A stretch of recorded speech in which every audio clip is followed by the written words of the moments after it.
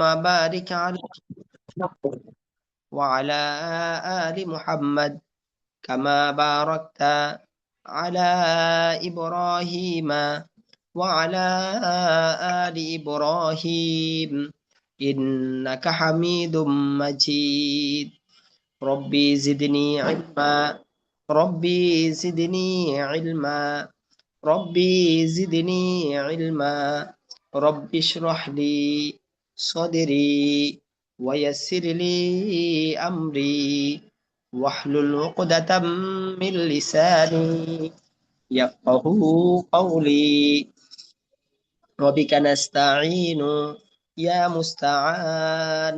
ربي يسر ولا تعسر وتمم علينا بالخير. আল্লাহু আকবার। আলহামদুলিল্লাহ। মহান আল্লাহ তাআলার অসংখ্য অগণিত শুকরিয়া যে মহান রব্বুল আলামিন আমাদেরকে হাজারো কোটি কোটি নিয়ামতের মধ্যে আল্লাহ তাআলা আমাদেরকে ডুবিয়ে রেখেছেন। আল্লাহ তাআলার এক একটা নিয়ামতের কৃতজ্ঞতা আদায় করার মতো এরকম শক্তি আমার নাই। তারপরও কবি বলেছেন, আগার শুক্রে হকতা বা রোজে সুমার গুজারি না বাসাদ একে আজ হাজার। কবি বলতেছে, কোন একটা নিয়ামতের কৃতজ্ঞতা যদি বান্দা আদায় করতে চায়, কিয়ামতের সূর্যলগ্ন থেকে দুনিয়ার সূর্যলগ্ন থেকে কিয়ামত পর্যন্ত যদি সেজদায় লুটে পড়ে থাকে, তারপরও নিয়ামত, সামান্য একটা নিয়ামতের হাজার ভাগের এক ভাগ কৃতজ্ঞতা আদায় হবে না। তারপরও কৃতজ্ঞতা আদায় করা। আর আল্লাহ তাআলা কি বলেছেন, লাইন শাকারতুম লাযীদান্নাকুম ওয়া লাইন কাফারতুম ইন্না আযাবি লাশাদীদ। যদি তোমরা আমার নিয়ামতের কৃতজ্ঞতা আদায় করো, তাহলে তোমাদের উপর আমার নিয়ামতকে বাড়িয়ে দিব। আর যখন তোমরা আমার নিয়ামতের অকৃতজ্ঞতা আদায় করবে, নিয়ামতের নাশুকরিয়া করবে, তখন তোমাদের থেকে নিয়ামতকে ছিনিয়ে নিব। শুধু ছিনিয়ে নিব এর মধ্যে না, তোমাদেরকে কঠিন শাস্তিতে আচ্ছন্ন করে নিব। তো যোগে যোগে আমরা দেখেছি অনেক জাতিকে তাদেরকে অনেক নিয়ামত দিয়েছিল আল্লাহ তাআলা, কিন্তু নিয়ামতের শুকরিয়া আদায় করে নেই, নিয়ামত ছিনিয়ে নিয়েছে। ইহুদি জাতির উপর আল্লাহ তাআলা কত নিয়ামত দিয়েছেন, মান্না সালওয়া দিয়েছে। এরপরে নীল নদ তাদেরকে পার করে দিয়েছে, সমুদ্রের উপর রাস্তা করে তাদেরকে পার করে দিয়েছে, শত্রু বাহিনী থেকে মুক্তি দিয়েছে, হাজারো নিয়ামত দিয়েছে। তারা বড় হতো, তাদের পোশাকও বড় হতো, পোশাক জামা কাপড় দোয়া লাগতো না, আসমান থেকে খাবার আসতো। কত নিয়ামত দিয়েছে। নিয়ামতের না শুকরিয়া করার কারণে আল্লাহ তাআলা তাদেরকে ময়দানে তিহের মধ্যে বছরকে বছর পর্যন্ত তাদেরকে আটকে রাখছে। সারাদিন পর্যন্ত তারা হাঁটতো, পরে আবার দেখতো সেই ময়দানে তীর মধ্যে আবার তারা পড়ে আছে। তো এরকম ভাবে যোগে যোগে আমাদের অসংখ্য অগণিত নজির। এই জন্য নিয়ামতের কৃতজ্ঞতা আদায় করা। তো এখন আমরা নিয়ামতের কৃতজ্ঞতা আদায় করব, আমাদের অনেকগুলা নিয়ামত আমাদের বুঝে আসে না আল্লাহ তাআলা আমাদেরকে কি কি নিয়ামত দিয়েছে। তো আমরা আমাদের বডির মধ্যে যদি তাকাই, আল্লাহ তাআলা আমাদেরকে কত নিয়ামত দিয়েছে, মানে বাসায় বলে বোঝানো মুশকিল। চোখের মতো নিয়ামত, দাঁতের মতো নিয়ামত, জিহ্বার মতো নিয়ামত, কানের মতো নিয়ামত, হাত পার মতো নিয়ামত, এতগুলা নিয়ামত দিয়েছে। এছাড়া সবচেয়ে বড় যে বিষয়টা সেটা হলো আল্লাহ তাআলা আমাদেরকে ঈমানি দৌলত দান করেছেন। আল্লাহু আকবার। আমাদের দেখেন, আমাদের চোখের দৃষ্টি যতটুকু পর্যন্ত যায়, কানের আওয়াজটা ততটুকু পর্যন্ত আওয়াজ ওইখান থেকে আসে না, শোনা যায় না। অর্থাৎ এটা একটু আরেকটু কমাই দিছে আল্লাহ তাআলা। আজকে যদি চোখের দৃষ্টি যতটুকু পর্যন্ত যায়, কানের আওয়াজটাও যদি ওইটুকু আওয়াজ, ওই অত দূর থেকে আওয়াজ শুনতো, তাহলে কোনো মানুষ ঘুমাতে পারতো না, আওয়াজের কারণে ঘুমাতে পারতো না। আল্লাহ তাআলা এটাও, চোখটাও চারমার, কানটাও চারমার, কিন্তু আল্লাহ তাআলা এটার একটু কমিয়ে দিয়েছেন। আবার এই কান থেকে নিয়ে আর এর পরবর্তীতে আমাদের নাকের যে গ্রান, এটা আরেকটু কমিয়ে দিয়েছে। যত দূর থেকে আমরা আওয়াজ শুনি, তত দূর ওইখানে যদি কোনো ময়লা আবর্জনা থাকে, আমরা নাকের মধ্যে এটা পাই না, কিন্তু এটা আরো কমিয়ে দিয়েছে। না হলে আমরা ঘুমাতে পারতাম না, ময়লার গন্ধে ঘুমাতে পারতাম না। আবার নাকের নাকের গ্রানের তুলনায় জিহ্বার স্বাদ, এটা আরো কমিয়ে দিয়েছে। জিহ্বার সাথে লাগার সাথে সাথে সেটা স্বাদ অনুভব হবে, আর না লাগালে অনুভব হবে না, লাগালে অনুভব হবে। এটা আজকে যদি আমরা নাকের গ্রান যতটুকু দূর থেকে পাই, জিহ্বা দিয়ে যদি স্বাদটা অতটুক দূর থেকে পাইতাম, তাহলে কেউ ঘুমাতে পারতো? পাশে দিয়ে পিঁপড়া হাইটা যায়, পিঁপড়ার স্বাদটাও আমার জিহ্বার মধ্যে লাগতো। কত পোকামাকড় সাইড দিয়ে হাইটে যায়, আমি ওইটার গন্ধ, এটার বিষাক্ত, এগুলা স্বাদ আমি যদি অনুভব করতাম, তাহলে আমি বাঁচতাম না। দেখেন, জিহ্বাটাও চারমার, নাকটাও চারমার, কানটাও চারমার, চক্ষুটাও চারমার, কিন্তু আল্লাহ তাআলা একটা থেকে একটার তফাৎ আস্তে কমিয়ে কমিয়ে দিয়েছেন। অর্থাৎ যেটার জন্য যতটুক প্রয়োজন ততটুক দিয়েছেন। এটা হলো আমাদের বডির নিয়ামতের শুকরিয়া আদায় করা। এরপর দেখেন, আল্লাহ তাআলা আমাদেরকে যে নিয়ামত দান করেছেন, আল্লাহ তাআলা আমাদেরকে ঈমানের মতো দৌলত দান করেছেন। এর পরবর্তীতে আল্লাহ তাআলা আমাদেরকে অন্যান্য নবীর উম্মত বানান নাই, আল্লাহ তাআলা আমাদেরকে শেষ নবীর উম্মত বানিয়েছেন। কত বড় নিয়ামত! শেষ নবীর উম্মত হওয়ার জন্য কত নবীরও দোয়া করেছেন শেষ নবীর উম্মত হওয়ার জন্য। শেষ পর্যন্ত ঈসা আলাইহিস সালামের দোয়া আল্লাহ তাআলা কবুল করেছেন। উনি আসবেন, উনি আসবেন দুনিয়াতে, আবার উম্মত হিসাবে আসবেন। এবং জান্নাতের প্রত্যেক গেটের মধ্যে লেখা আছে শেষ নবীর উম্মতের প্রবেশ ব্যতীত অন্যদের প্রবেশ নিষেধ। তো আল্লাহ তাআলা আমাদেরকে এত বিশেষত্ব দিয়েছেন। বলা হয় পৃথিবীর একবারে সুলগ্ন থেকে একবারে শেষ পর্যন্ত এর মধ্যে যত মানুষ আছে, তাদের থেকে আল্লাহ তাআলা সাহাবায়ে কেরামকে বাছাই করছেন, বাছাই করে সাহাবায়ে কেরামকে পাঠাইছেন ওই যুগে। তো এটাও বলা হয় যে আল্লাহ তাআলা সমস্ত উম্মত থেকে বাছাই করছে। এই বাছাই করার মধ্যে এই শেষ নবীর উম্মতদেরকে আলাদাভাবে বাছাই করছে। তো শেষ নবীর উম্মতের মধ্যে বাছাই করা, এর মধ্যে বেঈমানও আছে। আল্লাহ তাআলা আমাদেরকে ঈমান দান করেছেন। মান ক্বালা লা ইলাহা ইল্লাল্লাহ দাখালাল জান্নাহ। এত বড় নিয়ামত দান করেছেন।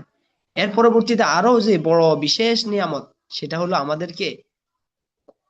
আমাদেরকে কোরআন দিয়েছেন, এবং এই কোরআন শিখার জন্য আল্লাহ তাআলা আমাদেরকে একসাথ করে দিয়েছেন।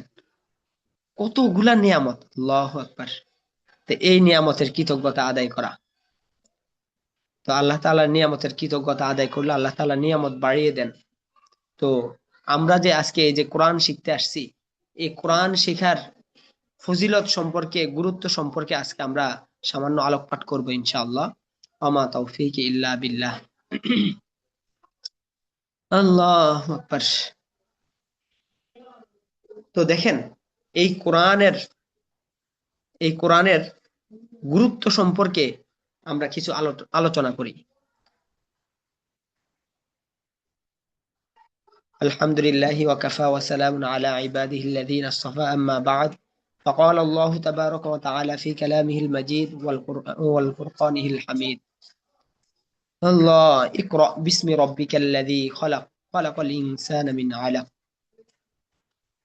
وقال أيضا قل هل يستوي الذين يعلمون والذين لا يعلمون. وقال صادق المصدوق صلى الله عليه وسلم اقرأ وارتق ورتل كما كنت ترتل في الدنيا إلى آخر الحديث. وقال أيضا خيركم من تعلم القرآن وعلمه. صدق الله العظيم. তো প্রথমে আমি কোরআনের গুরুত্ব সম্পর্কে আপনাদেরকে বুঝাই। কোরআনের গুরুত্ব সম্পর্কে আল্লাহ তাআলা কোরআন মাজিদের সর্বপ্রথম আয়াত নাজিল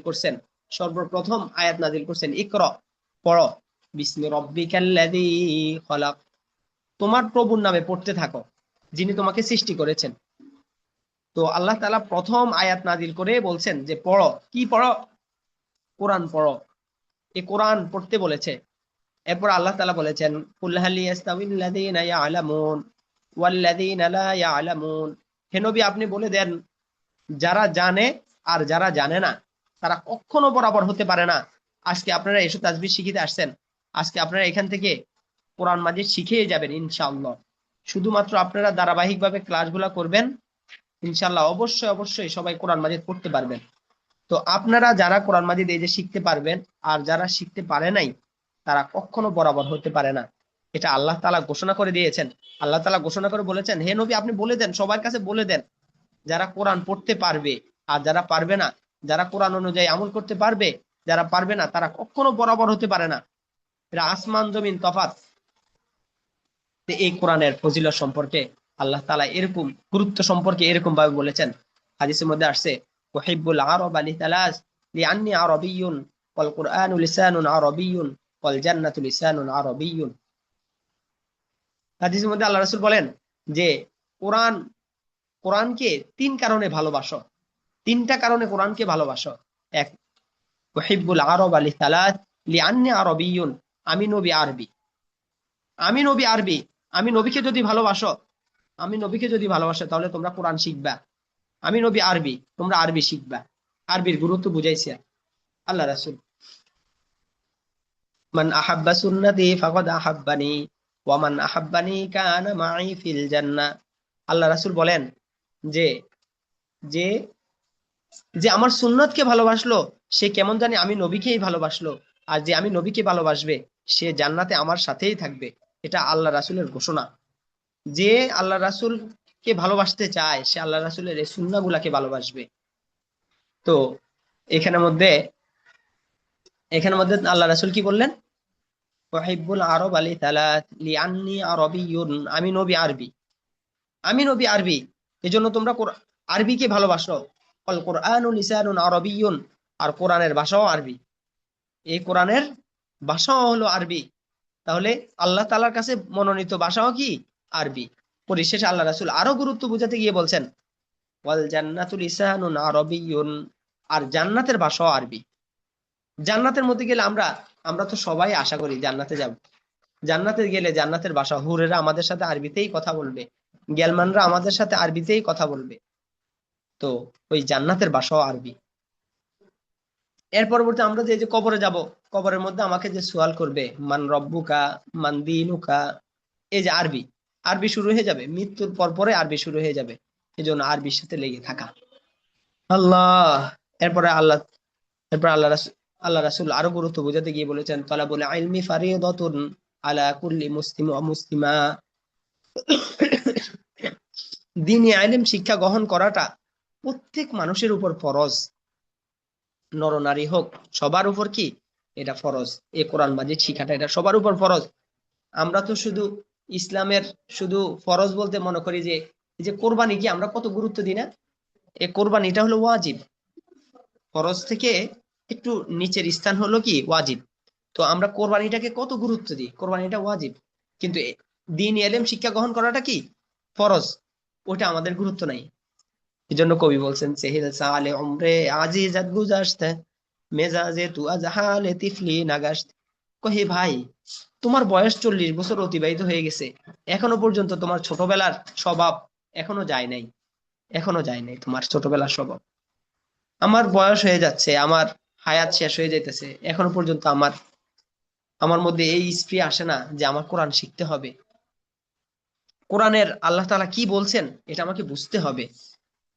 আল্লাহ তাআলা বলছেন যে কোরআন তোমরা পড়ো, দেখি কে কত সুন্দর করে তেলাওয়াত করতে পারো।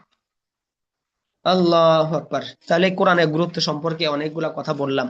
এবার কোরআনের ফজিলত সম্পর্কে কিছু কথা বলি। কোরআনের ফজিলত সম্পর্কে কিছু কথা বলি। যেমন কোরআন আমার দুনিয়ারও সাথী, আখিরাতেরও সাথী। এই কোরআনের সাথে যে লাগবে সেই সম্মানিত হয়ে যাবে।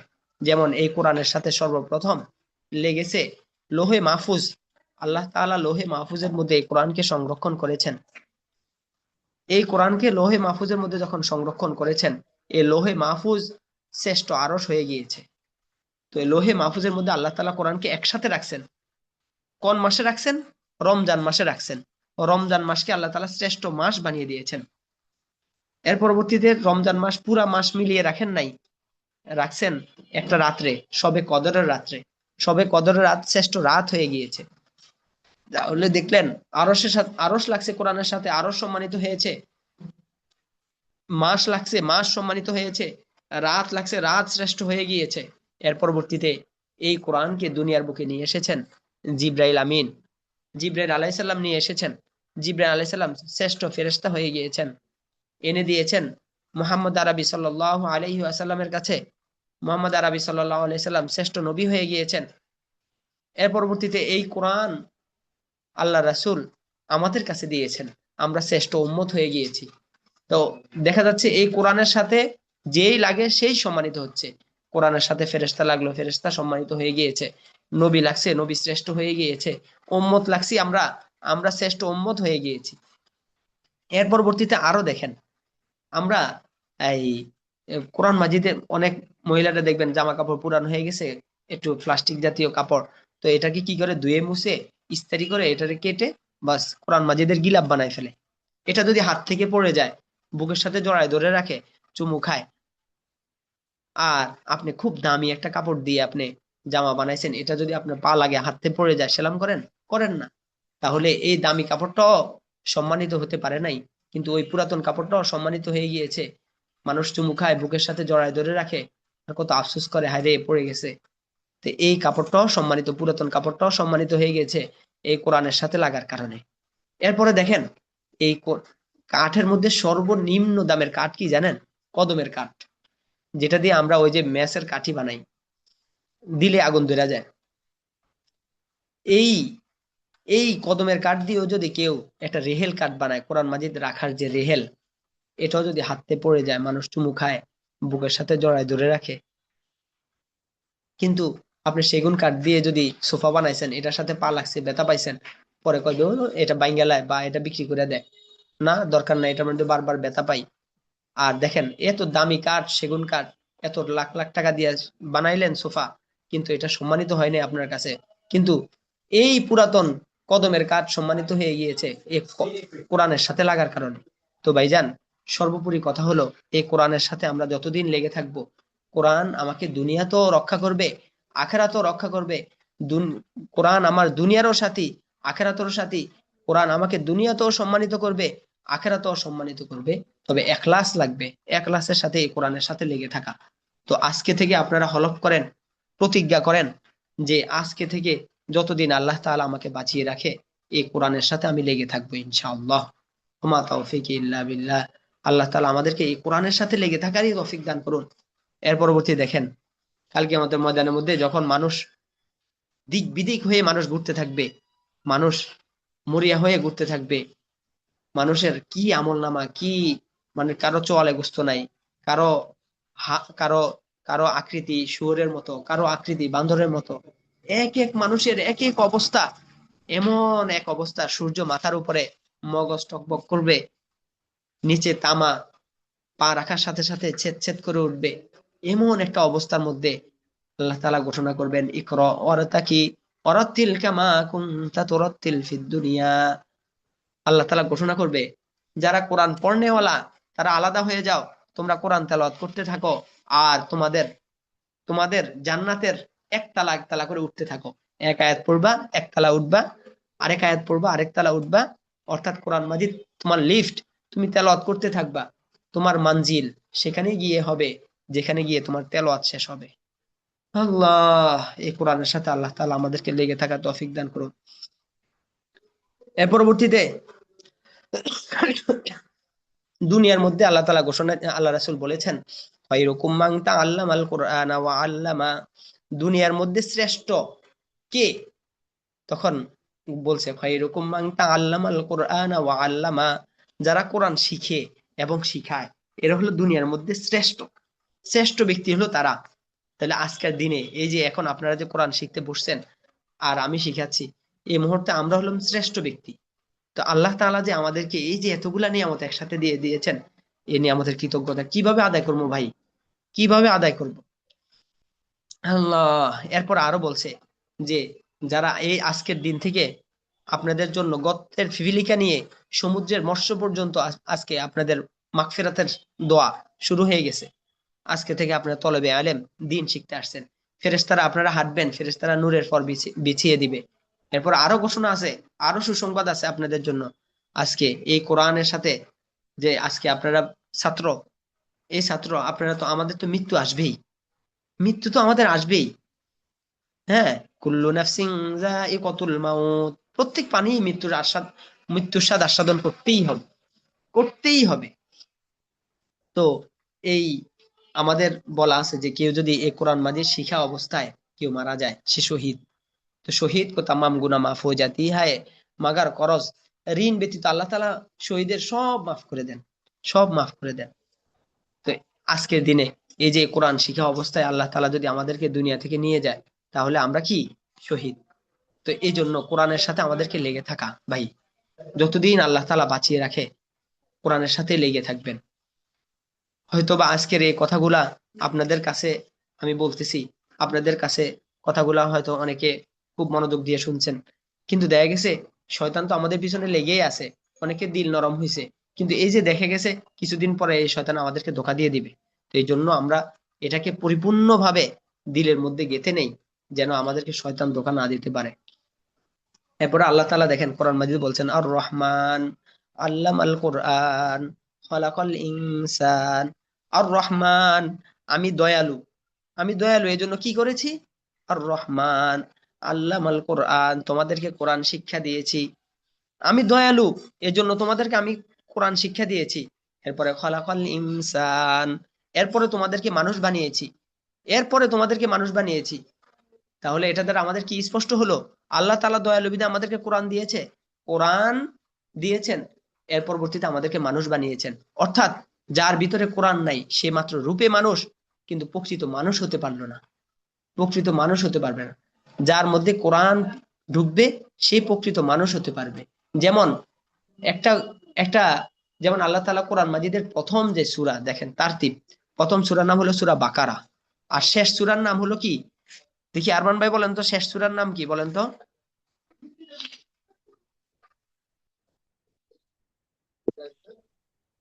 সূরা নাস। আচ্ছা, সূরা নাস। তাহলে দেখেন বাকারা অর্থ কি, গরু। তো আল্লাহ তাআলা সর্বপ্রথম একটা প্রাণীর সূরা নিয়ে আসছে, তারপরে সর্বশেষ নিয়ে আসছে মানুষের সূরা। এটা দ্বারা কি বুঝলেন ভাই, অর্থাৎ এই কোরআন যার ভিতরে না থাকবে, এই কোরআনের আমল যার মধ্যে না থাকবে, ততদিন পর্যন্ত একটা প্রাণী যেরকম, একটা গরু যেরকম ভাবে বোঝে না যে এটা কি আমার মালিকের খাবার নাকি এটা অন্যের খাবার, এটা কি আমার খেতে হবে না না খেতে হবে, এটা কি বিষ মিশ্রিত খাবার না ওইটা কি ভালো, কোনটা সে বুঝে না। বিষ দিলেও সে খেয়ে ফেলে, ঘাসের সাথে যদি আপনি বিষ দিয়ে দেন সে খেয়ে নিবে, যে জানে না। তো তো এরকম বুঝ থাকে না, একটা প্রাণীর যেরকম বুঝ থাকে না, এই কোরআন যখন না শিখে মানুষ হক হালাল বুঝে না, কোনটা হারাম কোনটা জায়েজ কোনটা না জায়েজ, কোনটা আমার উপর আবশ্যক কোনটা আবশ্যক না, এটা জানে না। তো এই কোরআন যখন জানবে সে, তখন সে কি হবে, মানুষ হবে। কোরআন শিখার আগে মানুষ কি থাকে, একটা প্রাণীর মতো থাকে। কিন্তু কোরআনের, যখন কোরআনের অনুযায়ী সে আমল করে, তখন সে কি হয়, শেষে কি, সূরা নাস, সে মানুষে পরিণত হয়। আল্লাহু আকবার। আল্লাহ তাআলা আমাদেরকে তৌফিক দান করুন, যতটুকু কথা বললাম এই অনুযায়ী আল্লাহ তাআলা আমাকেও আমল করার তৌফিক দান করুন, আপনাদেরকেও আমল করার তৌফিক দান করুন। এর পরবর্তীতে এই কোরআনের সাথে আল্লাহ তাআলার কাছে দোয়া করতে হবে, যতদিন আল্লাহ তাআলা আমাদেরকে হায়াতে বাঁচিয়ে রাখে এই কোরআনের সাথে লেগে থাকা।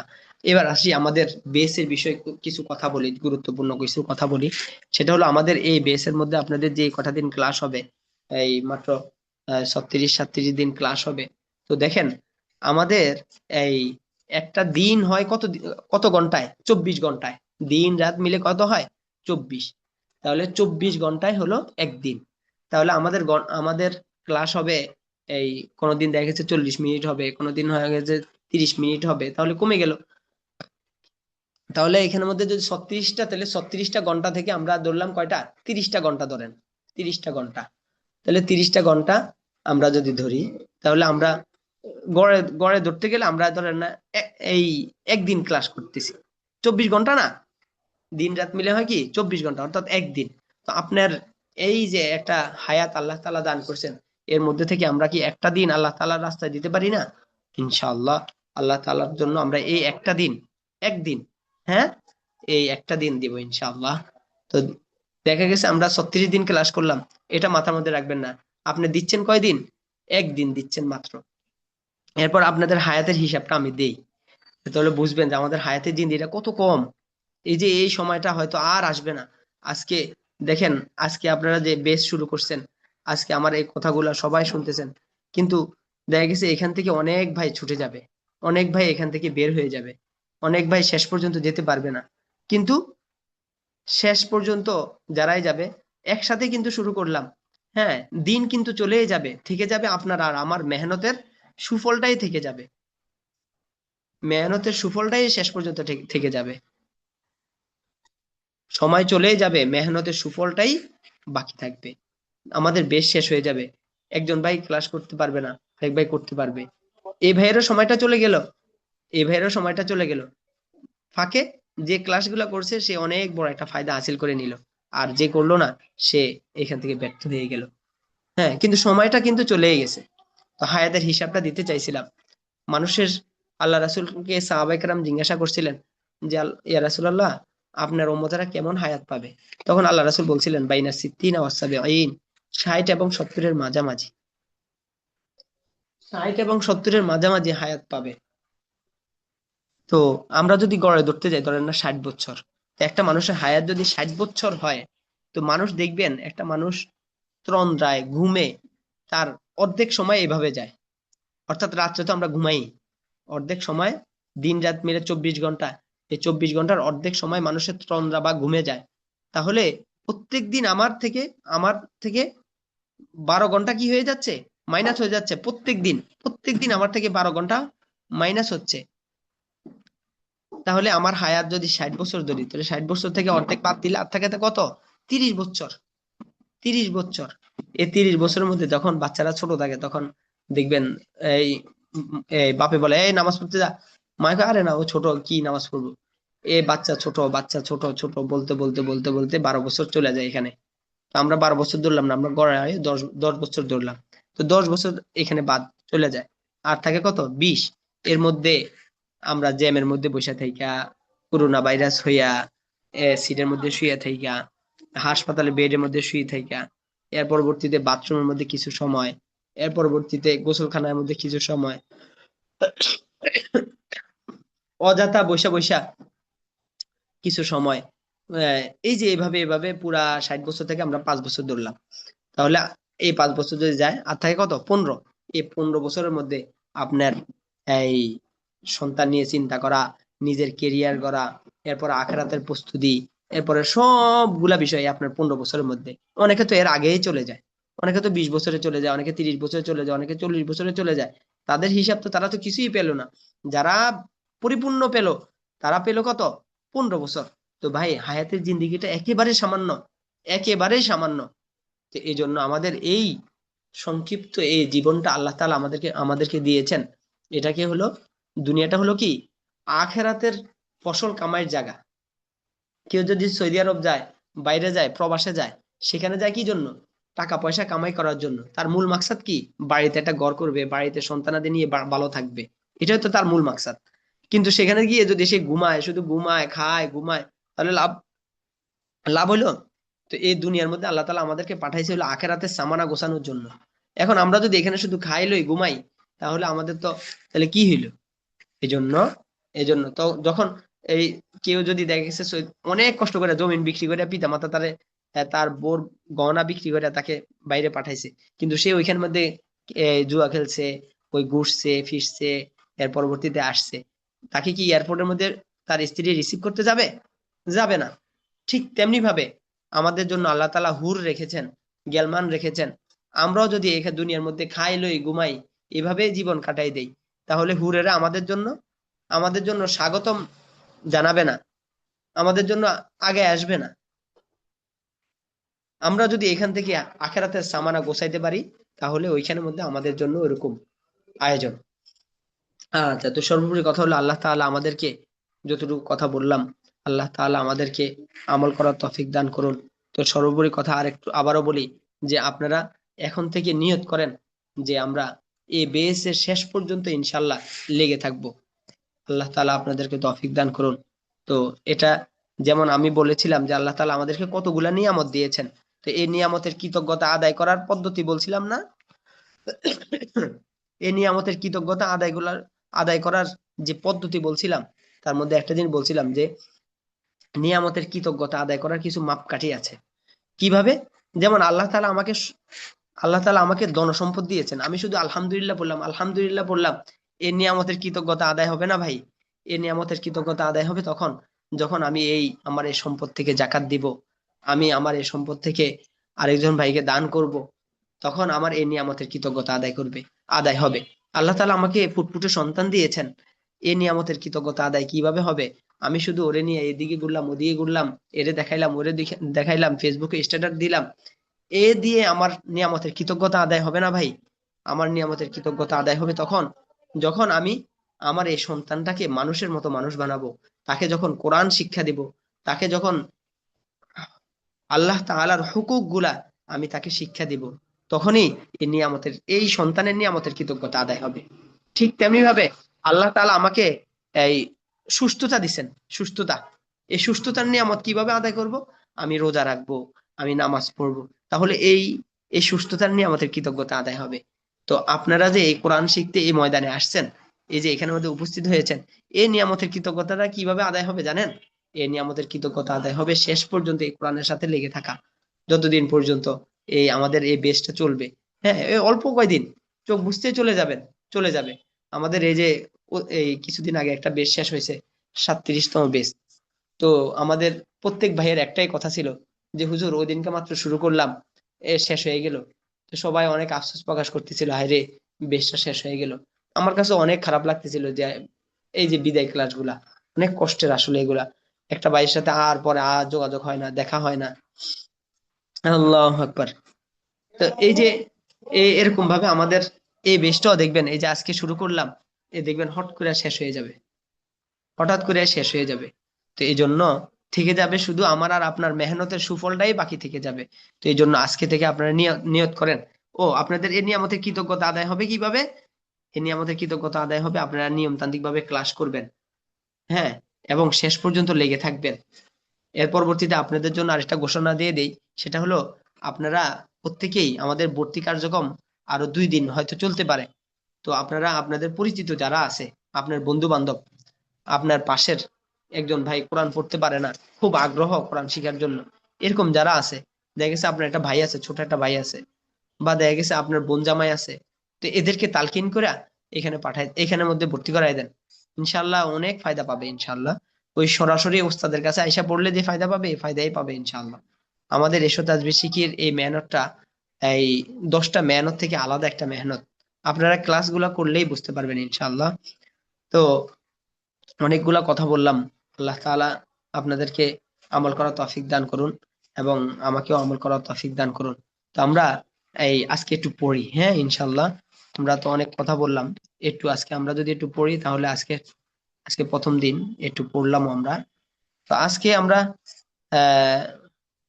আজকে আমরা হরফগুলার পরিচিতি সম্পর্কে একটু পড়ি। আল্লাহ, এই যে একটা হরফ আজকে আপনারা পড়বেন, এক হরফে 10 নেকি করে হয়ে যাবে। হ্যাঁ, তো এই যে আলিফ, আলিফ বলবো, এই আলিফ বলার সাথে সাথে আপনার আমল নামায় 10 নেকি লেখা হবে। তো কিছু কিছু ওলামায়ে কেরাম এটার আবার ব্যাখ্যা করছে, আলিফ লিখতে কয়টা অক্ষর লাগে? সরেয়া, লরসিকা লি, ফ, আলিফ, 3টা অক্ষর লাগছে না? তা আরবিতেও এরকম 3টা অক্ষর লাগে এটা আলিফটা লিখতে। হ্যাঁ, এমনিতে টান দিলেই আলিফ হয়ে যায়। আহ, তো অনেকে বলে এই একটা হরফ পড়ার সাথে সাথে 30টা নাকি দেওয়া হবে। সুবহানাল্লাহ, 30টা নাকি দেওয়া হবে। যেমন এই যে আলিফ, হ্যাঁ, এটাকে যদি এই আলিফটাকে যদি আমি বিস্তারিত লিখি, যেমন বাংলাদেশে সরে আল্লাহ লিফ আলিফ, আর আরবিতে লিখলে হ্যাঁ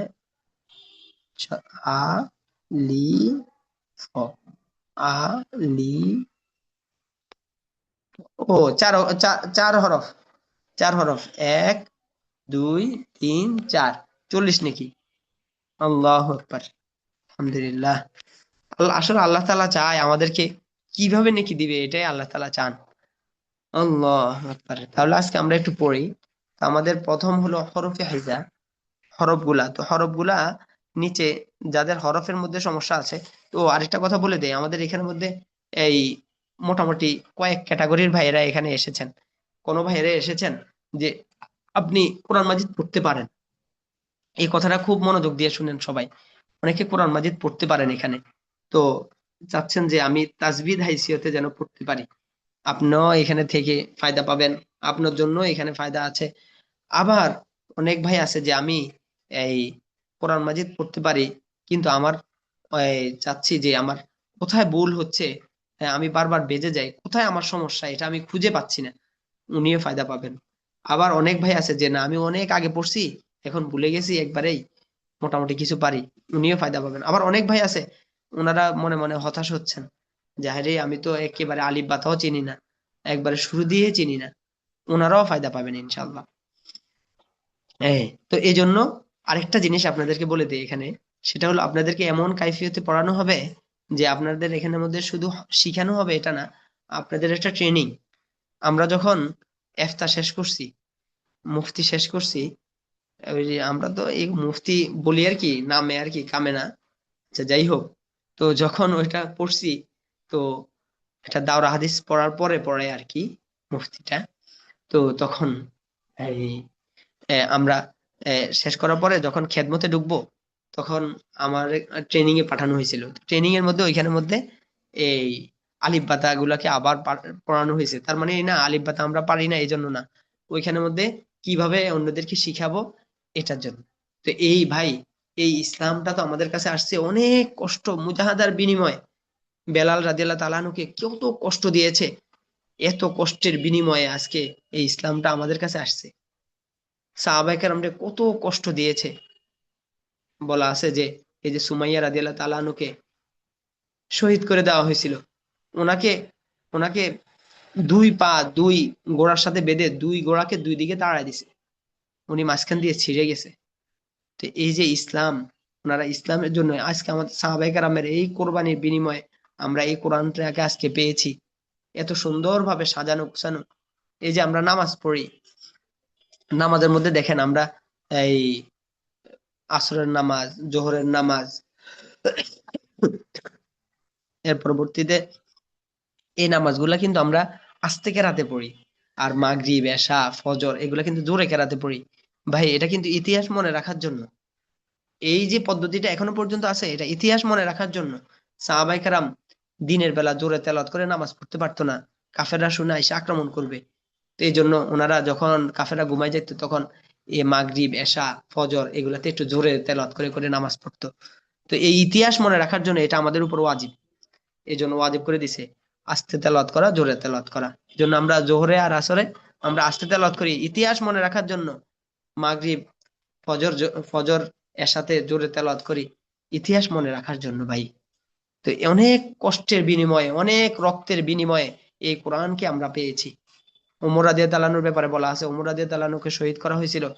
ওনাকে ফজরের সময়, ফজরের নামাজের সময় ওনাকে ওনার গর্দানের মধ্যে ছুরির আঘাত করা হয়েছিল। উনি উনি এই ব্যথা নিয়ে, এই ব্যথা নিয়ে উনি, বলা হয় যে 3 দিন পর্যন্ত উনি জীবিত ছিলেন এই ব্যথা নিয়ে। তো এই কোরআনের জন্যই তো ওনাদের এই কোরবানি। তো এই কোরবানির বিনিময়ে আল্লাহ তাআলা আমাদের কাছে এই কোরআনকে পাঠিয়েছেন। তো আমরা অনেক সহজে পেয়েছি, এটাকে গনিমত মনে করা, গনিমত মনে করা।